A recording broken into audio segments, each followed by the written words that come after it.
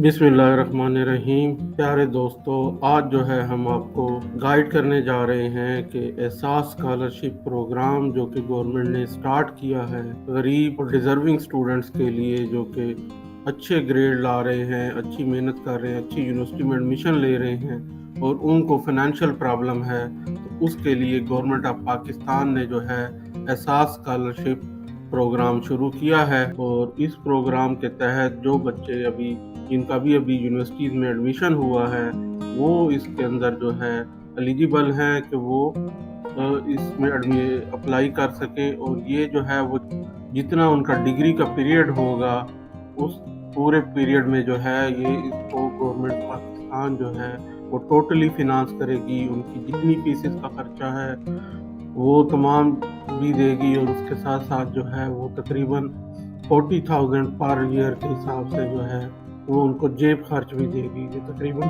3,500 से ऊपर बनता है मंथली। वो उनको जो है स्टेपेंड के तौर पे दिया जाएगा। तो एक अच्छी अपॉर्चुनिटी है उन बच्चों के लिए, उन लोअर मिडिल क्लास और मिडिल क्लास फैमिलीज़ के लिए जो कि अच्छे ग्रेड तो ले पाते हैं लेकिन आगे फीसिस की वजह से अपनी तालीम जारी नहीं रख सकते। तो इसकी जो रिक्वायरमेंट्स हैं उसमें जो है वो एक तो पब्लिक सेक्टर यूनिवर्सिटी में एडमिशन और ओपन मेरिट पे एडमिशन होना ज़रूरी है, और दूसरा जो है वो जो है उनकी आमदनी जो है वो जो है 45,000 से पर मंथ से कम होनी चाहिए। ये दो मेजर है। बाकी चीज़ें जी हम अभी आपको साथ साथ बताते जाएंगे। तो सबसे पहले तो अगर इसके लिए अप्लाई करना है तो इसकी आखिरी डेट 31 दिसंबर है। उससे पहले पहले आपने अप्लाई करना है। तो अप्लाई करने का तरीका जो है आज हमने इस वीडियो में आपको बताना है। तो आप जो है अगर ब्राउज़र यूज़ कर रहे हैं तो गूगल पे भी सर्च कर सकते हैं। एहसास प्रोग्राम के नाम से अगर आप सर्च करेंगे तो आपको जो है ये उनकी वेबसाइट है www.pass.gov.pk। ये एहसास प्रोग्राम की अपनी ऑफिशियल वेबसाइट है। जब आप इस पर क्लिक करेंगे तो इस तरीके का जो है वो आपके सामने वेबसाइट खुल जाएगी, और इसके अंदर फिर आपको प्रोग्राम में जाना है, और प्रोग्राम में जो है एहसास स्कॉलरशिप के ऊपर आपने क्लिक करना है। जब आप इसके ऊपर करेंगे तो ये इनिशियल इंफॉर्मेशन के साथ साथ जो है मज़ीद ehsas.hec.gov.pk का जो है वो आपको जो है एक लिंक नज़र आएगा। इसके ऊपर फिर आपने क्लिक करना है तो ये एक पोर्टल खुलेगा। इसमें अगर आप देखें तो जो है आपको यहाँ पे साइन इन की ऑप्शन आ रही है, जिसके अंदर जो है आप देखेंगे तो साइन इन में आपने अपना शनाख्ती कार्ड और पासवर्ड देना है अगर आप ऑलरेडी अपना अकाउंट क्रिएट कर चुके हैं। लेकिन अगर आपने नहीं किया तो आपको साइन अप के ऊपर क्लिक करना पड़ेगा, जो कि साइन इन के नीचे करके छोटा सा आपको नज़र आ रहा होगा साइन अप। इसके ऊपर आप क्लिक करेंगे तो आप देखें कि रजिस्टर करने के लिए जो है वो आपको ये एक मैसेज आपकी विंडो पे आ जाएगा। इसको आपने अच्छे से पढ़ना है। मैं आपको पढ़ के आपकी आसानी के लिए, जो बच्चे इंग्लिश इतनी अच्छी नहीं जानते उनके लिए मैं बता देता हूँ कि इस मैसेज के अंदर कहा गया है कि 18 साल उम्र अगर किसी बच्चे की है और वो अप्लाई कर रहा है तो उसको अपना CNIC नंबर जो है वो इसमें पुट करना है। बेफाम जो है वो नहीं चलेगा। उसको 18 साल उसकी अगर एज हो गई है उसको CNIC नंबर जो है वो इंटर करना है।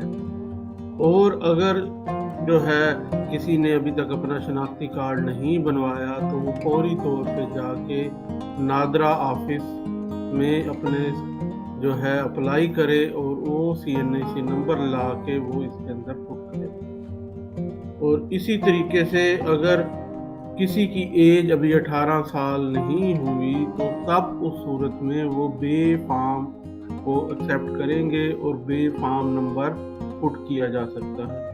लेकिन किसी भी सूरत में अपने पेरेंट्स का, अपने भाई का या सिस्टर का CNIC नंबर आप इसमें पुट नहीं करेंगे। अगर वो करेंगे तो आपकी एप्लीकेशन रिजेक्ट हो जाएगी।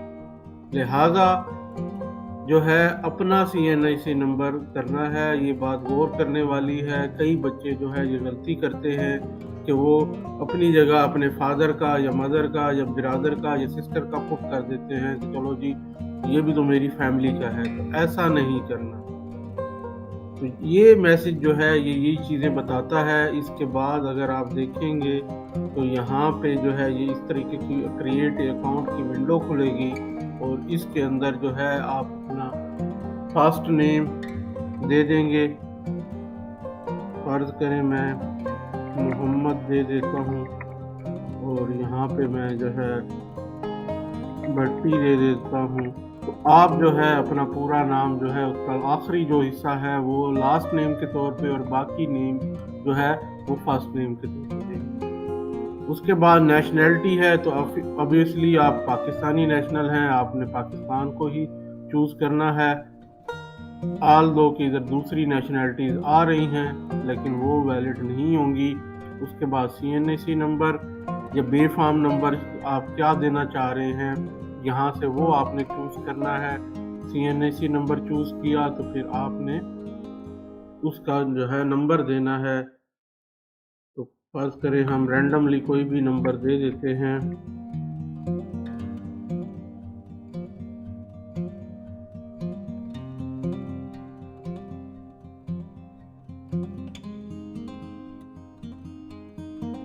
उसके बाद जो है आपने एक पासवर्ड सेलेक्ट करना है और इस चीज़ को जहन में रखें कि जो पासवर्ड आप दे रहे हैं ये आपने जो है वो याद भी रखना है। ऐसा ना हो कि आप जो है वो पासवर्ड दे दें और फिर उसको भूल जाएं तो फिर प्रॉब्लम हो जाएगी। तो इसलिए जो है आप इसको जो है आप पासवर्ड जो भी दें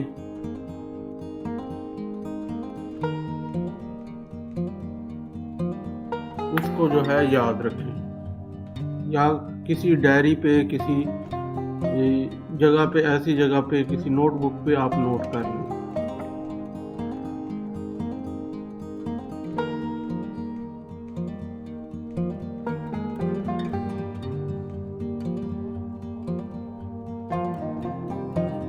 अब आपने दिया है तो वो जो है कह रहा है कि password should be at least 8 character long alpha numeric and contain at least 1 capital letter and 1 special character.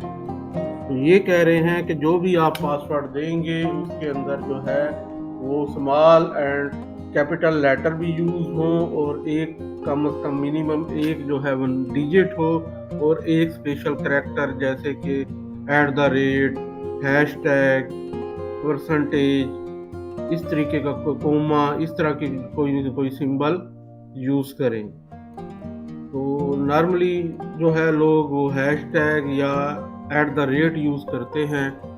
तो मैंने भी मिस्टेक की, बगैर स्पेशल कैरेक्टर के मैंने एंटर किया। तो अब हम दोबारा ट्राई करते हैं।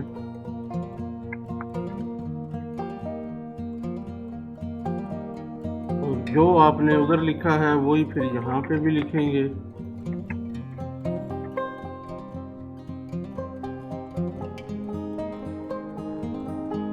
के बाद आप यहाँ पे अपना मोबाइल नंबर देंगे।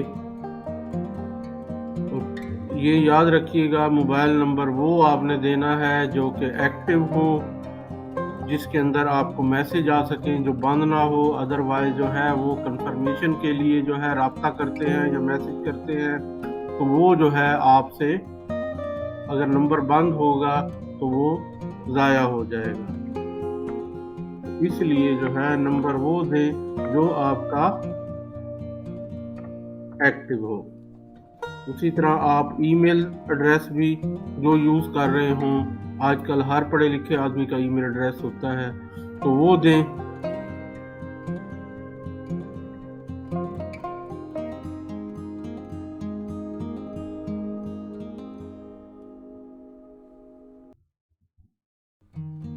इस तरीके से आप ये सारे इंफॉर्मेशन देंगे और उसके बाद साइन अप का बटन क्लिक करेंगे।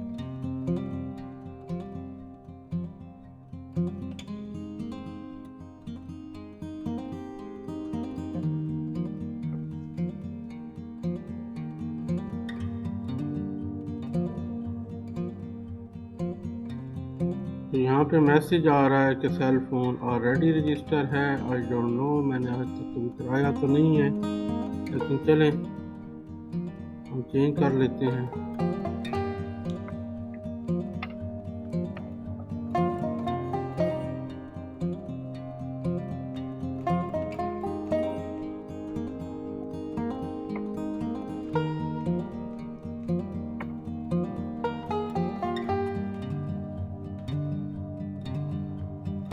अब जो है उन्होंने एक कोड भेजा है हमें उस ईमेल एड्रेस पे जो कि हमने मेंशन की हुई थी पर्सनल ईमेल के तौर पे। तो अब हम देखते हैं कि उसमें मैसेज आया है कि नहीं।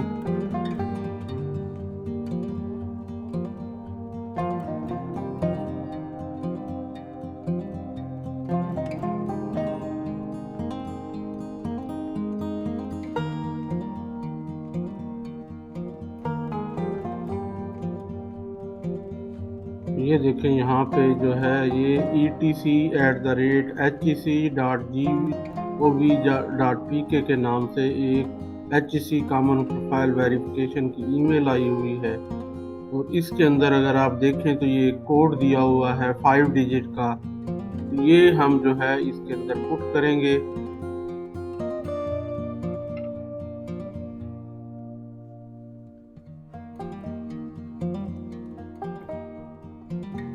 ये 5 डिजिट का वो जो कोड है वो हमने पुट कर दिया, और ये जल्दी करना है। जैसे कि आप देख रहे हैं कि यहाँ पे टाइमर चल रहा है, और अगर आप यहाँ पे प्रॉब्लम आ रहा है तो वो कह रहे हैं कोड नॉट वैलिड। हम दोबारा कर लेते हैं। ये कोड 2-3 दफ़ा आया हुआ है, दोबारा ट्राई करते हैं।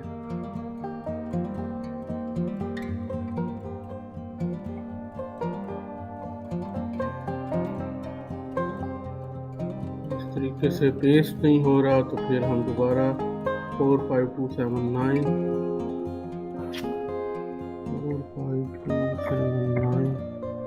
ये हमने एक बार फिर ट्राई की, और इससे जो है वो हमारा वेरीफाई हो गया। अब वेरीफाई होने के बाद जो है हमने साइन इन करना है, वही अपना CNIC नंबर जो हमने पुट किया था और जो पासवर्ड है वो हमने पुट किया था। तो इस तरीके से जो है हम साइन इन हो जाएंगे।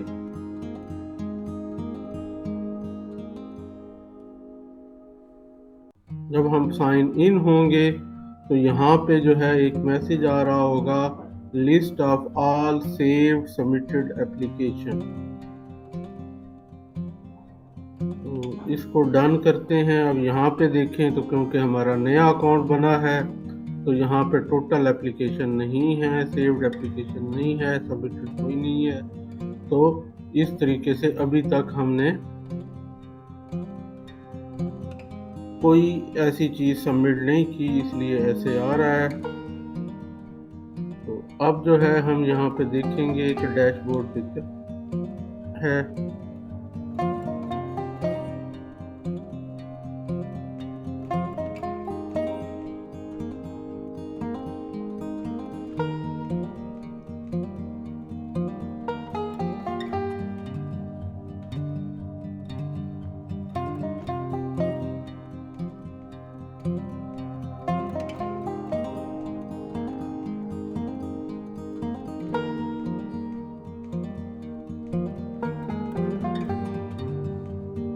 यहाँ पे आप देखेंगे कि ये click here to apply new एसास स्कॉलरशिप प्रोग्राम, जिसकी डेट आ रही है 31 दिसंबर 2021।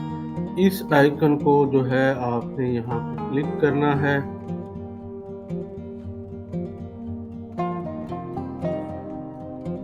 अब यहाँ पे फिर इंस्ट्रक्शन जो हैं वो आपको मैसेज की सूरत में सामने आ जाएंगी, जो कि कह रही हैं कि please read the following statement carefully before starting application form.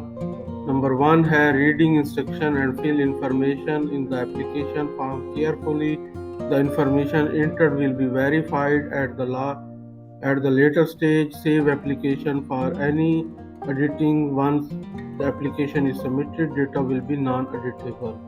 Once the application form is submitted, you will be download it from My Application and submit a copy to the concerned university with the supporting document. तो यहाँ पे जो है वो पहली बात की जा रही है कि केयरफुली जो है आपने इंफॉर्मेशन इसमें पुट करनी है, कोई गलत इंफॉर्मेशन नहीं पुट करनी। और जो है जो भी आपने इंफॉर्मेशन इसमें पुट की है, अभी अगर आपने एप्लीकेशन फुली कंप्लीट नहीं की तो इसको सेव कर लें। सेव एप्लीकेशन की ऑप्शन आती है ताकि जो है बाद में आप इसके अंदर चीज़ें ऐड कर सकें। लेकिन अगर आपने एक दफ़ा सबमिट कर दी तो फिर उसके बाद जो है ये आप उसके अंदर चेंज नहीं कर सकेंगे, और चेंज नहीं कर सकेंगे तो फिर जो इंफॉर्मेशन आपकी सेफ होगी उसी के मुताबिक चलना होगा। और एंड पे जब आपने हर चीज़ को केयरफुली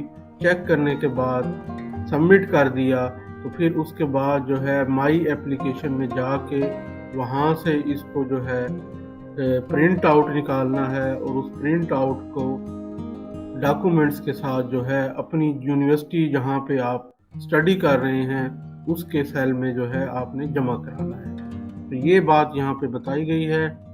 अब यहाँ पे आप देखेंगे तो सबसे पहले टाइटल आएगा, तो इसमें आप जो है मिस्टर, मिस, डॉक्टर, इंजीनियर, जो भी आपका टाइटल है, नॉर्मली बॉयज़ के लिए मिस्टर और गर्ल्स के लिए मिसेज होता है, वो आप करके इसके बाद जो है जिस तरह आपका नाम आपने पहले पुट किया था, मोहम्मद भट्टी हमने लिखा था, वो आ गया है।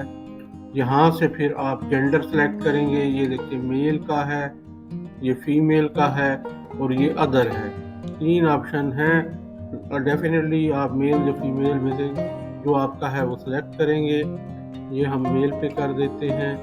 उसके बाद मैरिटल स्टेटस है आपका कि आप सिंगल हैं, आप मैरिड हैं, आप डाइवोर्स या सेपरेटेड हैं, या आप विडोड हैं। इसमें से जो है अगर आप 99% जो है स्टूडेंट हमारे वो गैर शादीशुदा होते हैं, वो सिंगल का करेंगे, और जो मैरिड हैं वो मैरिड का करेंगे। अगर खुदा ना खास्ता किसी की शादी के बाद सेपरेशन हो चुकी है तो वो लिखेगा, और इसी तरीके से अगर उसका शादी के बाद उसका जो लाइफ पार्टनर है उसकी डेथ हो चुकी है तो वो उसमें लिखेगा। तो यहाँ पे हम सिंगल को चूज़ कर लेते हैं। उसके बाद जो है डेट ऑफ बर्थ की बारी आएगी। यहाँ पे आपने अपना डेट ऑफ बर्थ देना है, तो वो यहाँ पे आप देंगे जो भी आपका डेट ऑफ बर्थ है। आप कैलेंडर से चाहें तो चूज़ कर सकते हैं, आप टाइप करना चाहें तो लिख सकते हैं।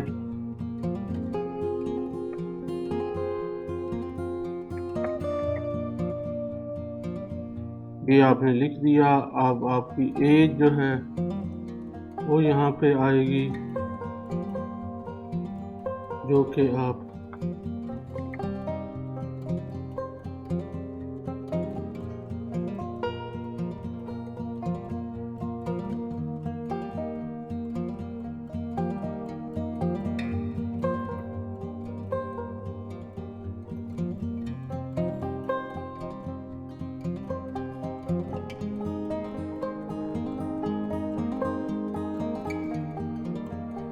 से प्रॉपरली आप कैलेंडर के थ्रू करें तो ज़्यादा बेहतर है, क्योंकि अगर आप डिजिट में कर रहे हैं तो वो उसको प्रॉपरली रिकॉग्नाइज नहीं कर रहा।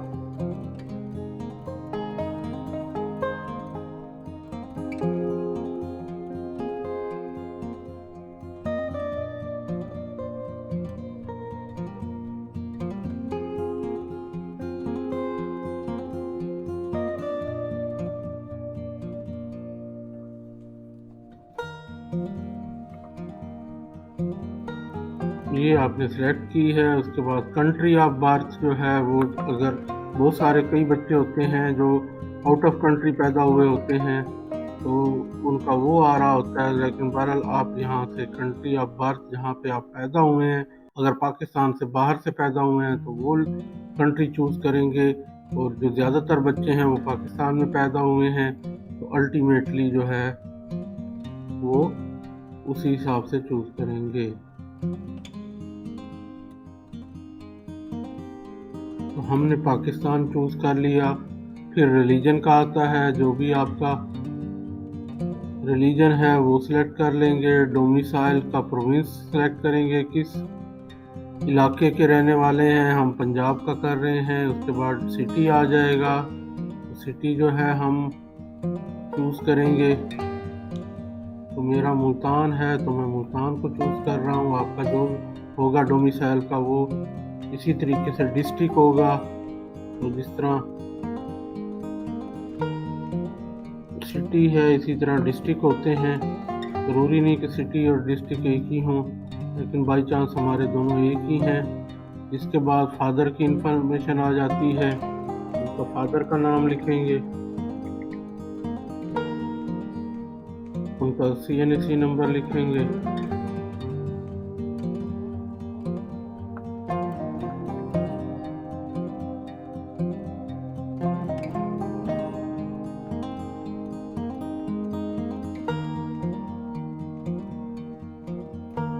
वो लिखने के बाद फादर का स्टेटस लिखेंगे, जिंदा हैं या फौत हो गए हैं। उसके बाद उनका ऑक्यूपेशन आ जाएगा। उसके बाद जो है वो करंटली एम्प्लॉय है कि नहीं है वो आप क्लिक कर देंगे। उसके बाद जो है मेलिंग एड्रेस आ जाएगा,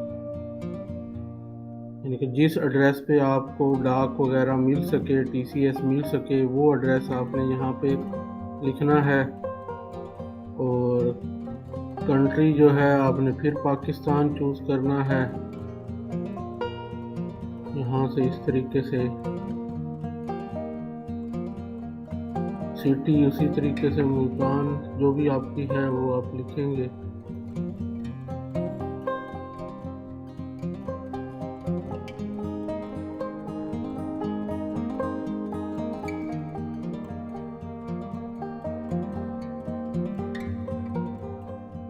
डिस्ट्रिक्ट उसी तरीके से चूज़ करेंगे, लेकिन ये जहन में रखें कि ये आपका पोस्टल एड्रेस बाद औक़ात डोमिसाइल का सिटी और होता है और जो है करंट पोस्टल एड्रेस और होता है, तो ये पोस्टल एड्रेस के हवाले से आपने चूज़ करना है। इसी तरीके से पोस्टल कोड है, उसके बाद एड्रेस है, यहाँ पे एड्रेस जो भी आप लिखना चाहें, हाउस नंबर, या बाद लोगों का हाउस नंबर नहीं होता तो वो मोहल्ला और गली लिखते हैं। वो लिखने के बाद जो है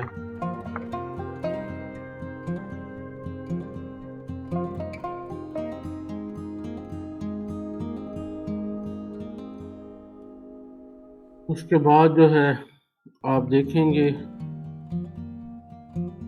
कि ये इंफॉर्मेशन क्लिक करने के बाद जो है आप नेक्स्ट को सेव एंड क्लोज करें, बेहतर है, ताकि ये पोर्शन जो है वो आपका बार बार वो ना पूछे।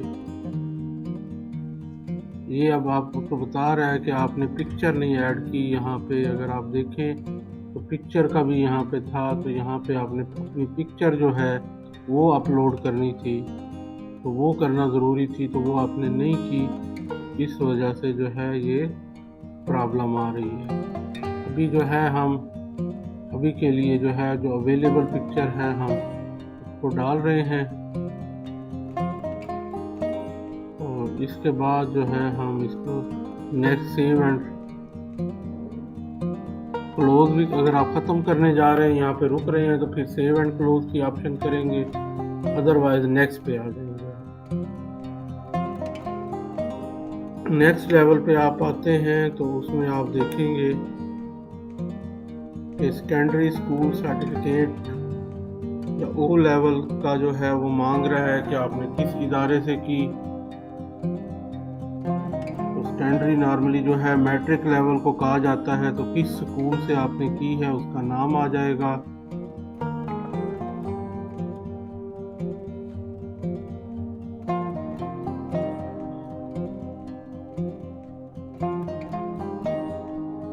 तो आपका जो भी स्कूल है उसका नाम यहाँ पे लिखेंगे। उसके बाद पासिंग ईयर करेंगे।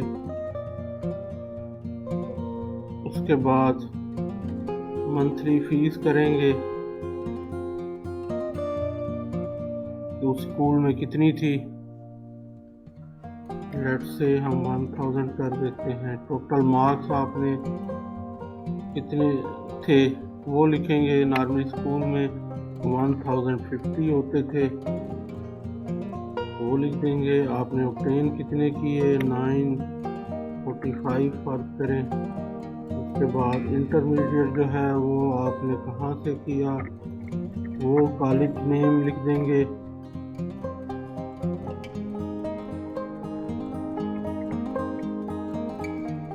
अब किया कितनी फीस होती थी उसकी, तो हमने 2000 लिख दी। टोटल मार्क्स 1100 थे, उसमें से हमने अचीव किए 879। ये मार्क्स आप लिख देंगे। उसके बाद करंटली आपका किस यूनिवर्सिटी में एडमिशन हुआ है, यहाँ पे आपको ऑप्शन आ रही होंगी। ये जितनी भी आप इस चीज़ को जहन में रखें कि ये पब्लिक सेक्टर यूनिवर्सिटीज़ में ही एडमिशन को जो है वो रिकॉग्नाइज किया जाएगा, और इसलिए जो है आप अगर इन यूनिवर्सिटी की लिस्ट में आपका नाम है तो तभी आप जो है अप्लाई कर सकते हैं। यहाँ से अपनी यूनिवर्सिटी नेम को आप चूज़ करेंगे।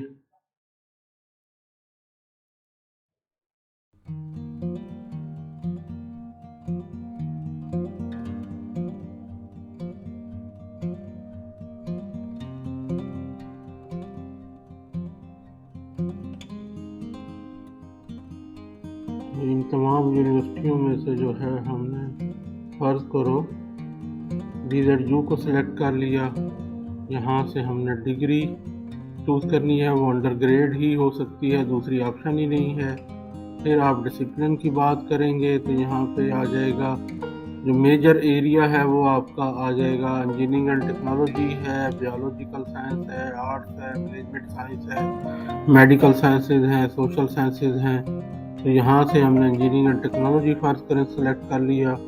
उसके बाद जो है एग्जैक्ट डिसिप्लिन की तरफ आ जाएगा कि कौन सा डिसिप्लिन है आपका। फर्ज करें हम एग्रीकल्चर इंजीनियरिंग चूज़ कर लेते हैं। प्रोग्राम के ड्यूरेशन की बात आएगी कि 4 ईयर है या 5 ईयर है। फिर करंट सेमेस्टर कौन सा है, नॉर्मली फर्स्ट सेमेस्टर होना चाहिए अगर इस साल आपका एडमिशन है। यहाँ पे रजिस्ट्रेशन नंबर आएगा,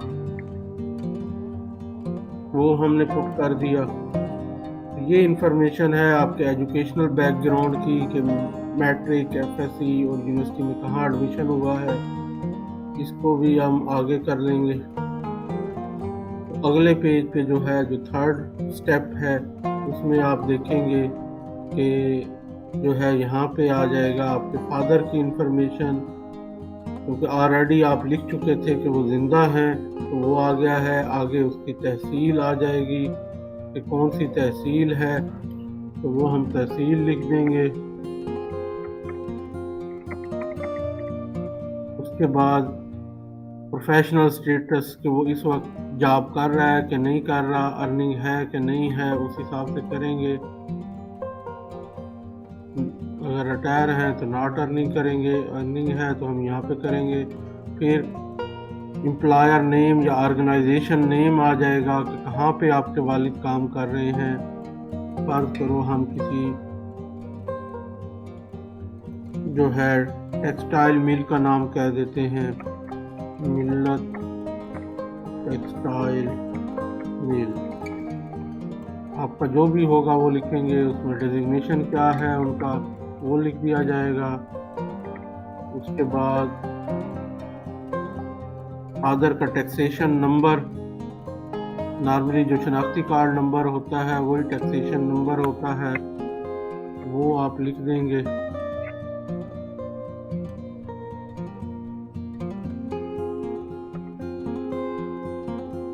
उसके बाद टैक्स पे करते हैं कि नहीं करते।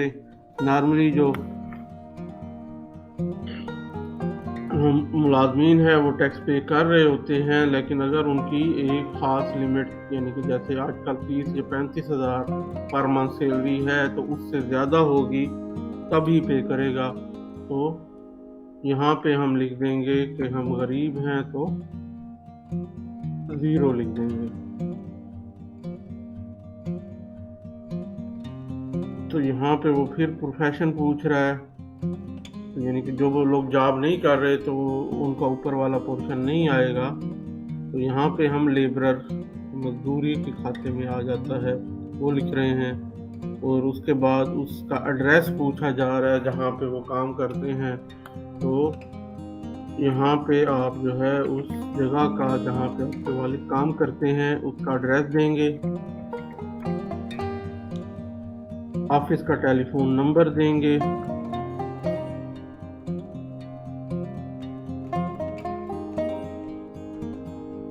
उसके बाद मोबाइल नंबर,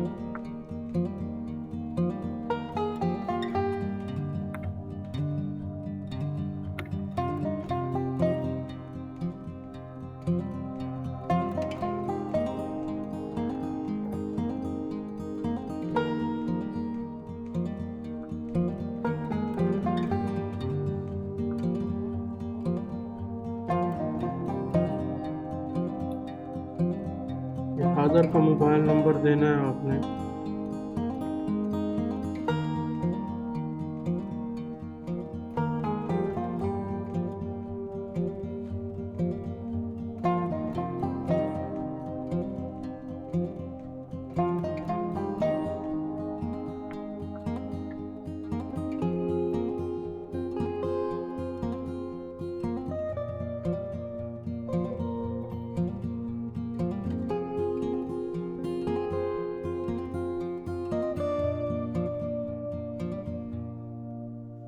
उसके बाद जो है आप यहाँ पे ये भी बताएंगे कि आपके फादर की ये जो जॉब है या ये जहाँ से इनकम सोर्स है उसके अलावा भी कोई ज़मीनें, कोई दुकान, कोई मकान का किराया जहाँ से आता हो, कोई और इनकम है कि नहीं है।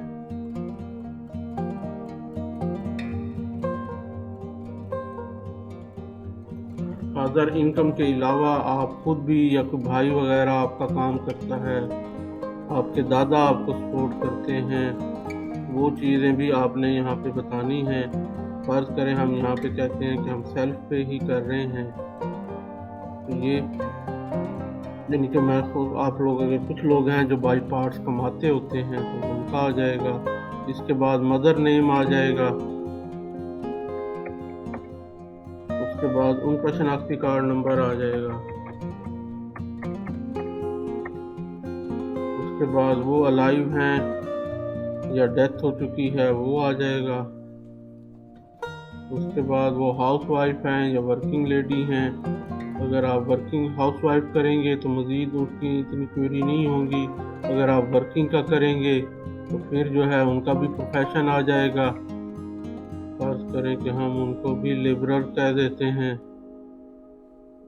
रिलेशनशिप क्या है, वो सेपरेटेड हैं, आपके फादर और आपकी मदर इकट्ठे रहते हैं या अलहदा हो चुके हैं, ये आपने सेलेक्ट करना है तो हम कंबाइन में कर देंगे।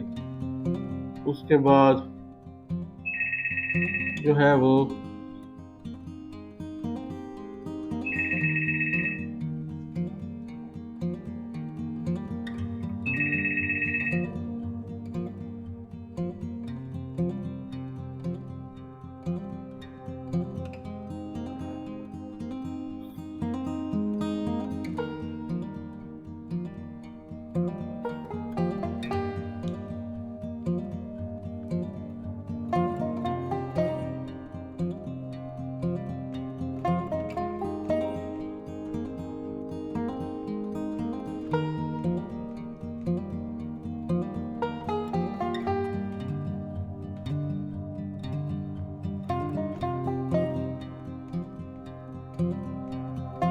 जैसे कि हम बात कर रहे थे आगे जो है वो स्टूडेंट एक्सपायरी डेट आ जाती है कि आपका शनाख्ती कार्ड कब एक्सपायर हो रहा है।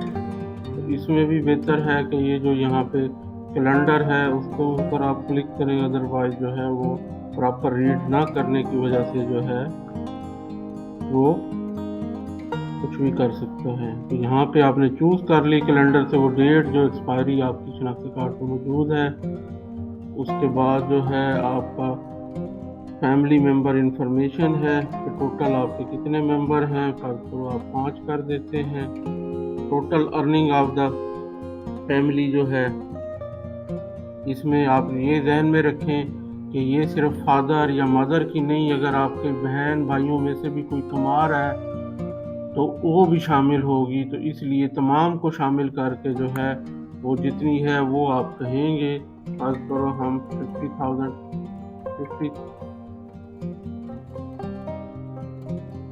सॉरी, यहाँ पे आ रहा है टोटल मेंबर जो कि अर्न कर रहे हैं वो कितने हैं, तो हम 3 कह देते हैं। और इसके बाद जो है आपके कितने बहन भाई हैं ये इंफॉर्मेशन ली जा रही है। आपका एक भाई और एक बहन हम फर्ज करें कर देते हैं।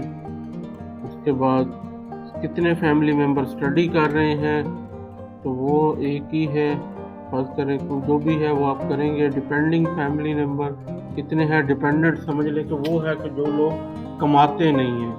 तो हमने कहा कि 3 लोग कमा रहे हैं, तो फिर डिपेंडेंट कितने होंगे, 2 होंगे। तो ये करने के बाद जो है यहाँ पे पूछा जाएगा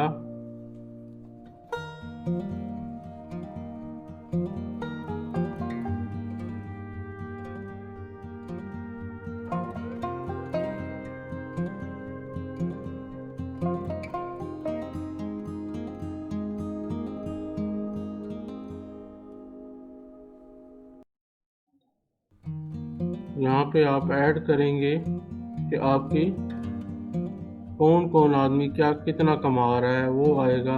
जैसे आपका फादर है, उसका नाम आना चाहिए,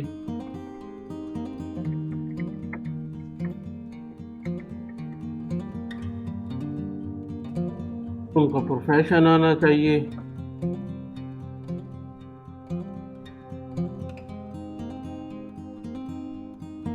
उसके बाद जो है फिनेंशियली सपोर्टिंग द फैमिली कर रहे हैं कि नहीं कर रहे, क्योंकि बाज़ औक़ात आपके सिस्टर्स होंगे तो ब्रदर होगा जो कि आप कमा तो रहे होते हैं लेकिन वो फैमिली को सपोर्ट नहीं कर रहे होते, तो वो चीज़ भी आ जाती है।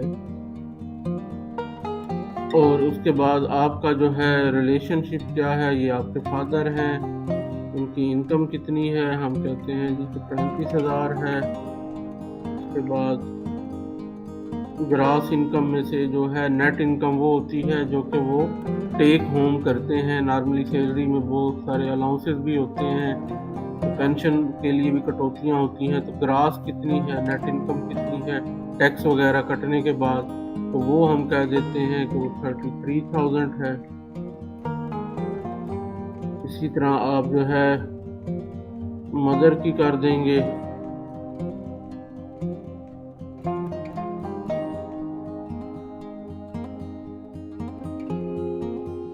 इसका भी आप कहेंगे कि वो फैमिली को करती हैं सपोर्ट। और जो आपकी मदर हैं और उनकी जो है वो कर करें 12,000 है, और उसमें से जो है वो 10,000 जो है वो ग्रॉस है।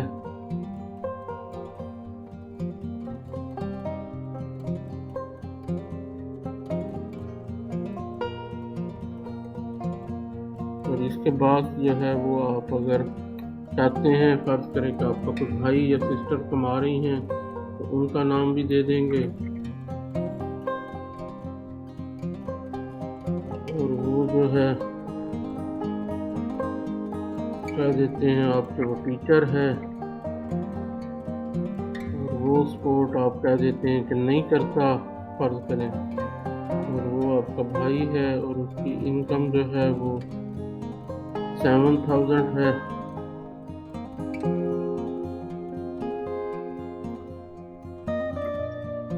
इसमें ये देखें कि अगर आप कहेंगे कि वो फैमिली में वो नहीं सपोर्ट करता तो फिर ये आपको यहाँ पे पुट नहीं करने देगा। अगर आप कहेंगे कि वो फैमिली में सपोर्ट करता है तो फिर आप जो है उसकी इनकम को ऐड कर पाएंगे।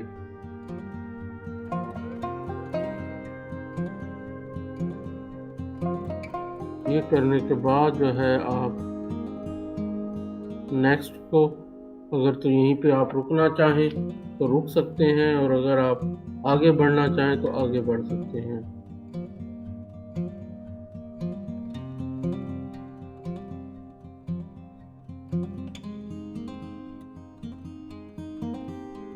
इसी तरीके से इनकम फ्रॉम अदर सोर्सेज, इसको फिल करना भी ज़रूरी है।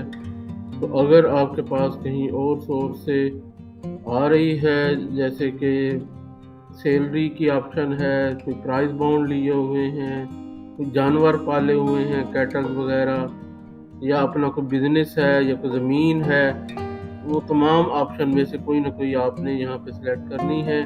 और आप करने के बाद जो है आप कहते हैं कि मंथली इनकम जो है वो फर्ज करें कि 5000 है, और 60,000 जो है वो सालाना हो जाती है। ये आप जो है फिल करने के बाद जो है आगे बढ़ना चाहेंगे, लेकिन अभी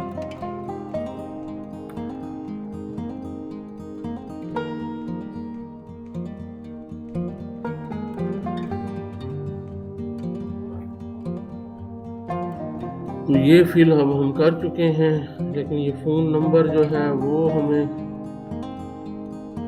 जो है वो नहीं आ रहा, तो हम मोबाइल नंबर से फ़ोन कर देते हैं।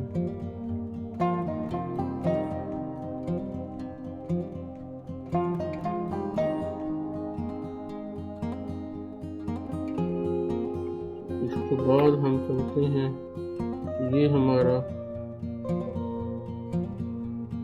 जो है फोर्थ पोजीशन पे हम आ जाएंगे, फोर्थ स्टेप पे। और जो फोर्थ स्टेप है उसमें आप देखेंगे कि जो है यहाँ पे वो आपकी एक्सपेंडिचर पूछ रहा है। पहले इनकम और सोर्सेज ऑफ इनकम की बात हुई थी, फैमिली इंफॉर्मेशन ली गई थी, अब जो है एक्सपेंडिचर की बात कर रहे हैं कि आपके एक्सपेंडिचर क्या हैं।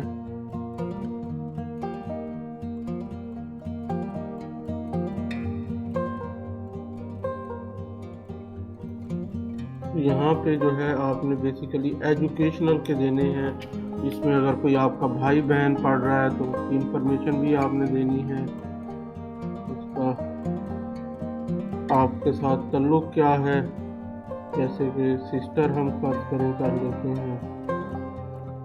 उसके बाद वो कौन से इदारे में पढ़ रहा है, स्कूल, कॉलेज या यूनिवर्सिटी का नाम। उसके बाद type of the institute, public sector है, प्राइवेट है, तो ये प्राइवेट का हम कर लेते हैं। वो कौन से सेमेस्टर में पढ़ रहा है, हम फर्ज करो 5th सेमेस्टर कर देते हैं। उसके बाद मंथली उसके एक्सपेंसेस क्या हैं, हम फर्ज करो कि 8000 कर देते हैं।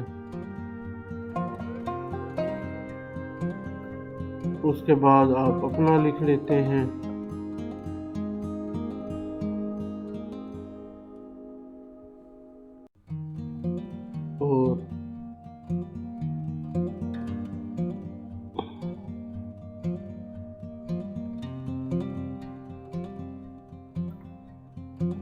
और यहाँ पे अपना इदारा लिख लेते हैं।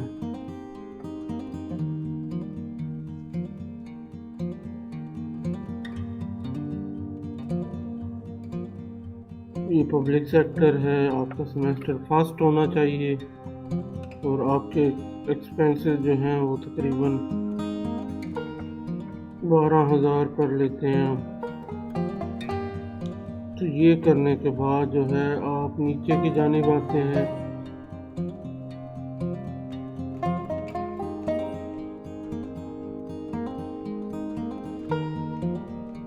सॉरी, वहाँ पे आपने जो है अपना नहीं करना, आपका जो है वो खर्चे के बाद यहाँ पे है कि आपके मंथली एक्सपेंडिचर कितने हैं, तो वो यहाँ पे पुट करने हैं 12,000। जो भी आपके होंगे यूनिवर्सिटी के। उसके बाद आपने बताना है कि आपका टेलीफोन इंटरनेट का बिल मंथली कितना आता है, हम कह देते हैं 3500।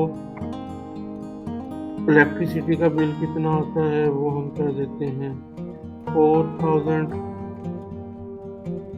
उसके बाद गैस का बिल कितना आ जाता है वो हम कह देते हैं 500। वाटर बिल अगर है तो, नहीं है तो ज़ीरो कर दें। मोबाइल बिल जो है वो तकरीबन 600 कर दें।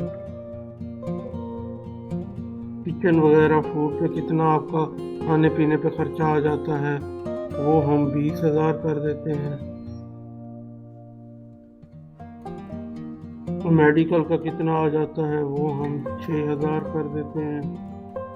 और इसके अलावा जो खर्चे हैं ट्रांसपोर्ट वगैरह ये, इसके मिला के आप जो है 12,000 वो कर दें। तो इस तरीके से ये खर्चे आपने लिखने हैं, जिसमें ज़हन में रखें टेलीफोन, बिजली, गैस का बिल है, एवरेज वैल्यू देनी है आपने पूरे साल की निकाल के, 6 महीने की निकाल के। और उसके बाद जो है वाटर भी, अगर आप सिटी में रहते हैं तो वो भी अक्सर आता है। मंथली मोबाइल का भी खर्चा होता होगा पूरे, और ये एक आदमी का नहीं, फैमिली की बात हो रही है तो इसको थोड़ा ज़्यादा होना चाहिए। हम इसको जो है वो 2,000 कर देते हैं। तो इस तरीके से जो है ना, तो सारे खर्चे की डिटेल आपने यहाँ पे देनी है। फिर एकोमोडेशन के बारे में बताना है कि जो आपकी रिहाइश है वो कैसी है, आपकी अपनी है। पहली तो बात है कि वो बंगला है, अपार्टमेंट है, किसी टाउन में हाउस है या विलेज में हाउस है, हम विलेज हाउस कर देते हैं। उसका स्ट्रक्चर कैसा है, पक्का है, कच्चा है, सेमी पक्का है, तो इसको हम सेमी पक्का हाउस कर देते हैं। उसके बाद आगे जो है स्ट्रक्चर के बाद स्टेटस कहता है कि आपका अपना है, रेंट पे है, गवर्नमेंट का दिया हुआ है, या पूरी फैमिली कंबाइन फैमिली का है तो फैमिली ओन हम कर देते हैं। नंबर ऑफ बेडरूम्स कितने हैं, हम 2 से 4 कर देते हैं। टोटल साइज कितना है, स्क्वायर फीट में आपसे मांगा गया है, ये ध्यान में रखें। आपको अगर पता ना चलता हो तो अपने वालिदैन से पूछ के जो है इसमें फिर करें। हम कह देते हैं कि 1500 स्क्वायर फीट है। उसके बाद कवर्ड एरिया कितना है वो हम कह देते हैं कि 1200 स्क्वायर फीट है। नंबर ऑफ एयर कंडीशनर कितने हैं आपके घर में, अगर आपके हैं तो वो आप लिखेंगे, नहीं है तो ज़ीरो करेंगे। नंबर ऑफ सर्वेंट कितने हैं आपके घर में, हैं कि नहीं है, तो उस हिसाब से आप चूज करेंगे। यहाँ पे आपने एड्रेस देना है उस घर का जहाँ पे आपकी अकोमोडेशन है, वो आप करेंगे।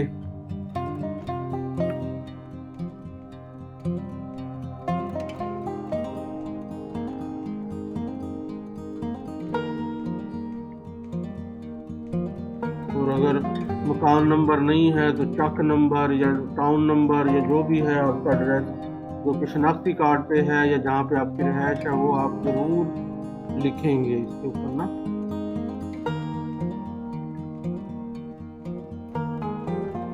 और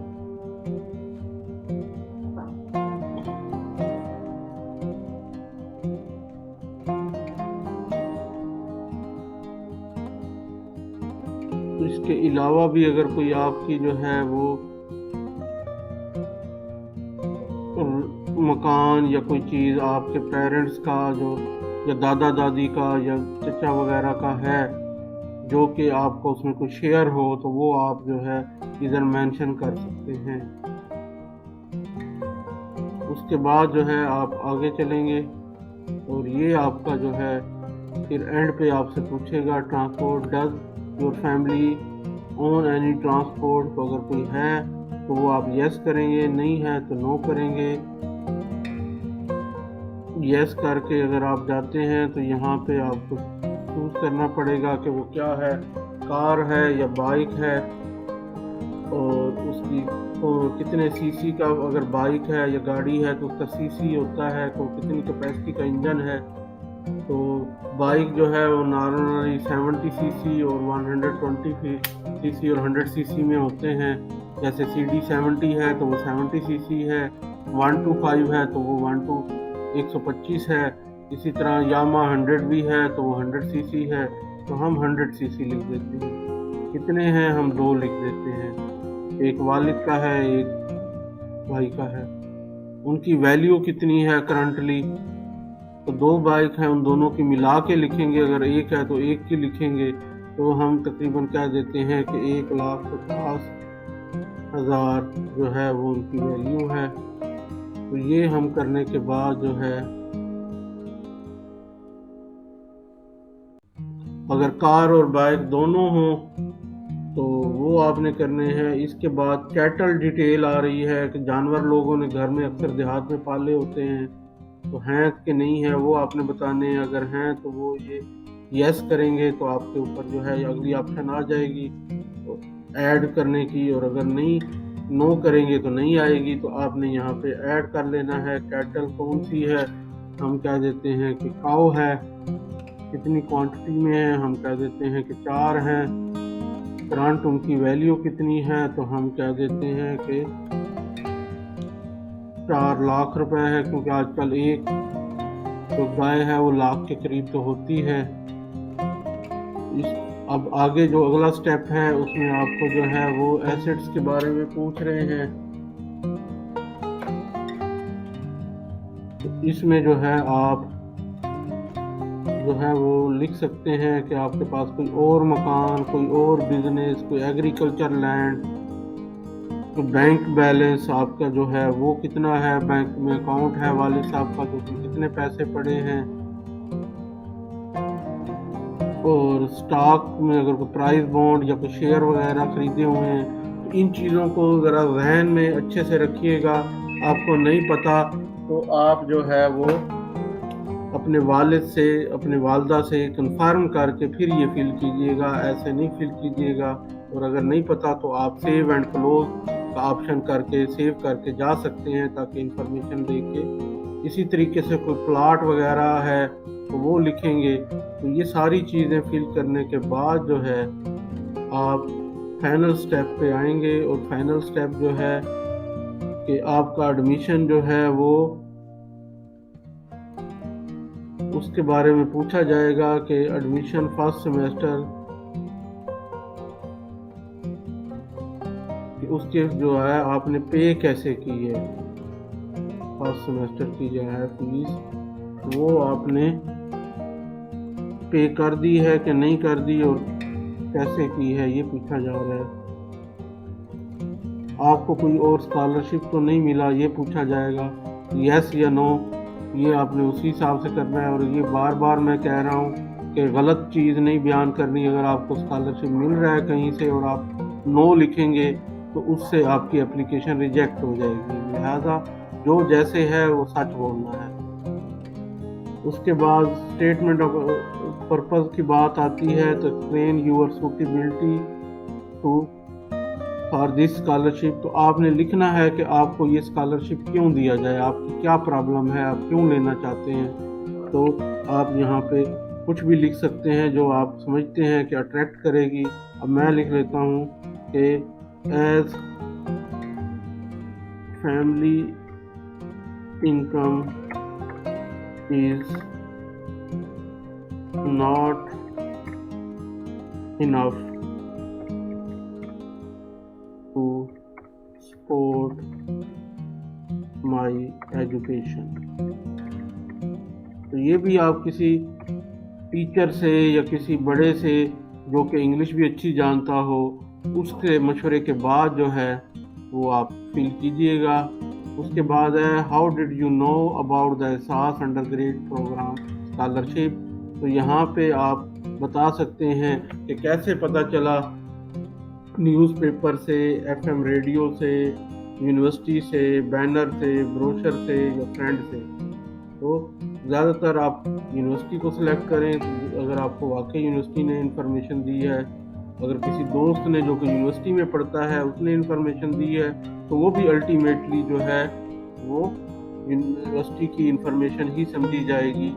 तो लिहाजा आप देख के जो भी आपका सोर्स है वो करने के बाद यहाँ आई हेयर बाई अंडरटेकिंग करेंगे और और उसके बाद जो है अगर पीछे आपने सारी चीज़ें वो कर ली हैं तो यहाँ पे सबमिट का बटन दबाएंगे, और अगर आपने नहीं की, अभी कोई इन्फॉर्मेशन रहती थी, तो आप यहाँ सेव एंड क्लोज का बटन दबाएंगे। तो जब सेव एंड क्लोज का दबाएंगे तो ये देखें यहाँ पे आ रहा है कि एप्लीकेशन जो है सेव्ड एप्लीकेशन पड़ी है, और जब ये आप नेक्स्ट टाइम करना चाहें इसको तो यहाँ से क्लिक कर सकते हैं, एडिट कर सकते हैं, व्यू कर सकते हैं। ये पेंसिल का जो निशान है ये आपको जो है बताएगा कि आप इसमें मज़ीद चेंजिंग करना चाहते हैं तो कर सकते हैं। तो इस पर क्लिक करेंगे अगली दफ़ा तो ये फिर आ जाएगी, और फिर आप अपनी एप्लीकेशन के तमाम स्टेप्स को देख सकते हैं, और जहाँ पे कोई चेंज करना चाहते हैं या अधूरी इंफॉर्मेशन थोड़ी सी उसमें ऐड करना चाहते हैं तो वो आप जो है वो सारा कुछ करके एट द एंड जो है वो आप फिर जो है उसको सबमिट करेंगे, और इस तरीके से आपकी एहसास स्कॉलरशिप की एप्लीकेशन सबमिट हो जाएगी। और फिर ये जो सारे डॉक्यूमेंट हैं इन एप्लीकेशन का प्रिंट लेना है आपने, और उन डॉक्यूमेंट का प्रिंट लेना है, और फिर आपने चले जाना है अपनी यूनिवर्सिटी के जो सेल है स्कॉलरशिप का उसके पास, और वो आपको जो है फिर ये डॉक्यूमेंट सारे वेरीफाई करके अपने पास रख लेंगे। और इन डॉक्यूमेंट को वेरिफिकेशन भी ज़रूरी होती है, वो वेरिफिकेशन कोई गज़टेड ऑफिसर कर सकता है या आपके इलाके का काउंसलर या नंबरदार कर सकता है, तो आप उनसे जो है करवा के जो है ये सारे डॉक्यूमेंट सबमिट करेंगे। और जिन लोगों की सैलरी नहीं होती, कुछ बहुत सारे लोग जो देहात में काम करते हैं या कोई ऐसा काम करते हैं या अपना बिजनेस करते हैं जिनकी कोई सैलरी स्लिप नहीं होती, तो वो फिर जो है अपनी इनकम को एक बयान हल्फी जो है स्टाम्प पेपर पे 50 रुपए वाले पे जो है वो लिखवा के वो इलाके के नंबरदार से या इलाके के काउंसलर से या किसी गज़टेड ऑफिसर से वो भी तस्दीक करा के उन्होंने जमा करना। तो अगर इसके अलावा कोई आपकी क्यूरीज हैं तो वो आप पूछिएगा, इंशाल्लाह वो भी हम आपको बताएंगे और आपको गाय बगाए गाइड करते रहेंगे। तब तक के लिए अल्लाह हाफिज़। उम्मीद है कि ये आपको वीडियो पसंद आई होगी, तो अगर पसंद आई हो तो इसको सब्सक्राइब करें चैनल को, ताकि मज़ीद आपको इस तरह की हेल्पफुल वीडियोज़ मिलती रहें।